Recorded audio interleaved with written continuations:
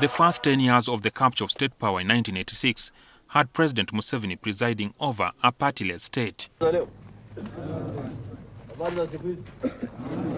Political parties, among them Uganda People's Congress, the Conservative Party and the Democratic Party, were sent into political hibernation. What is the very first legal instrument the people from the bush bring up? Legal Notice number 1 of 1986. What does it do? Kills political parties. The ban was history being repeated. This country has never been fair to political parties.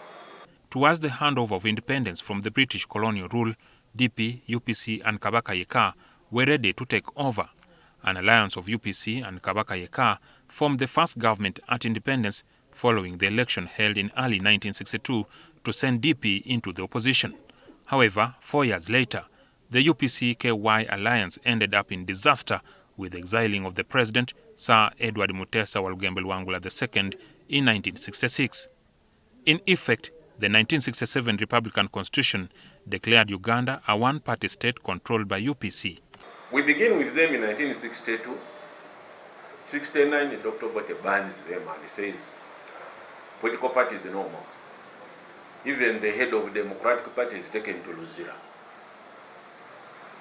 There is only one party, UPC. But on 25th January 1971, a coup by Idi Amin Dada against Apollo Milton Obore reinforced the ban on all political parties for a straight 8 years. Amin comes up and in 71 and he tells us, guys, go slow.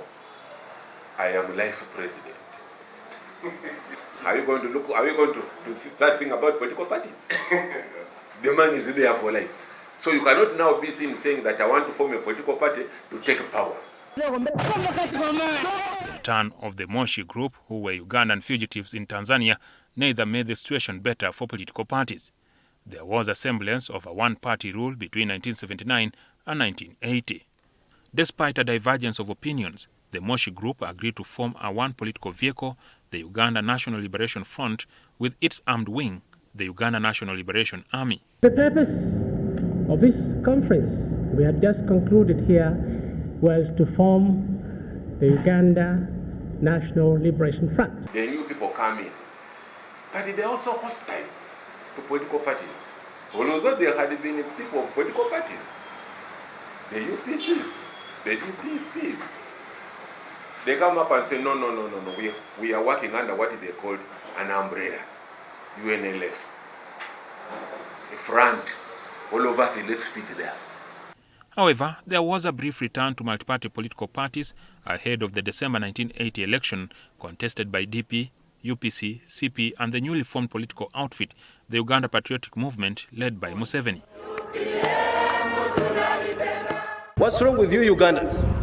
You are always in crisis. You are always in trouble. What's wrong with you? So we want to answer that question.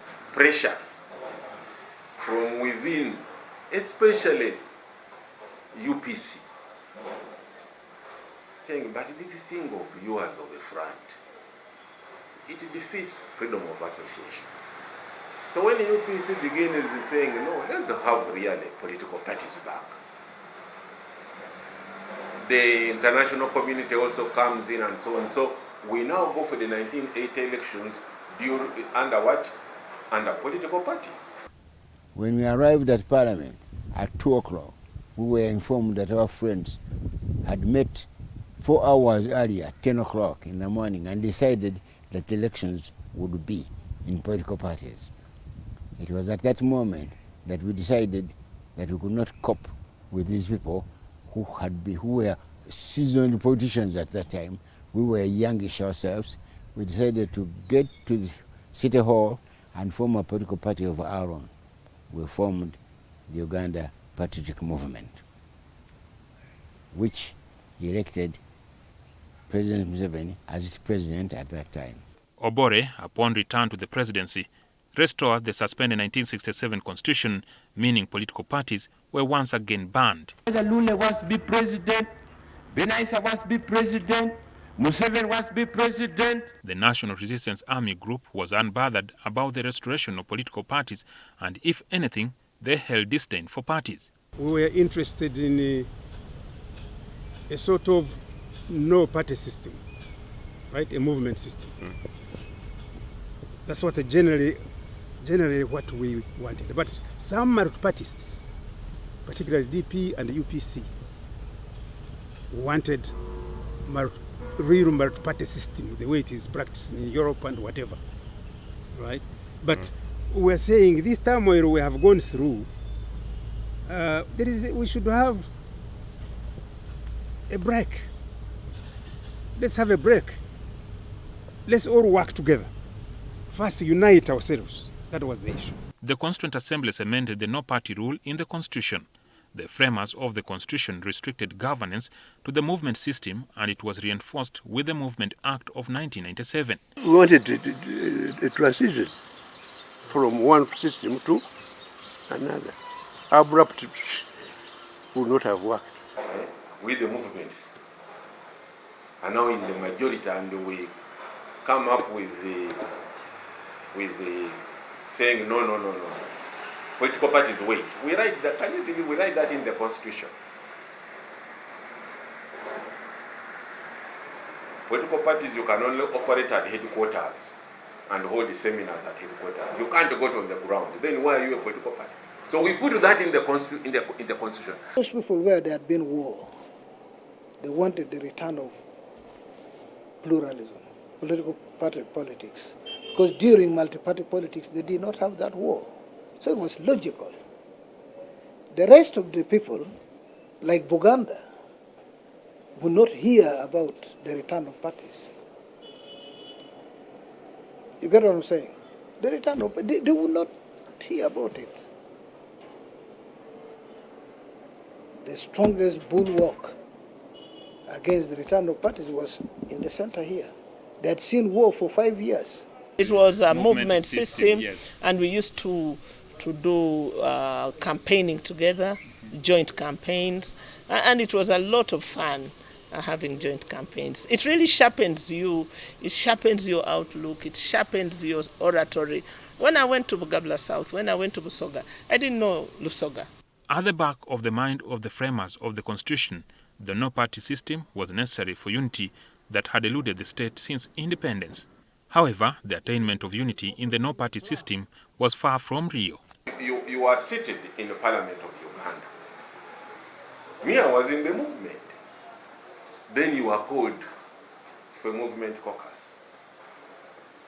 And then you are leaving out the Beni Watchers, the Okule Parks, the Livingstone, Okelo. They are not coming. And then you are all in the Parliament. How then are you going to convince me that you are together?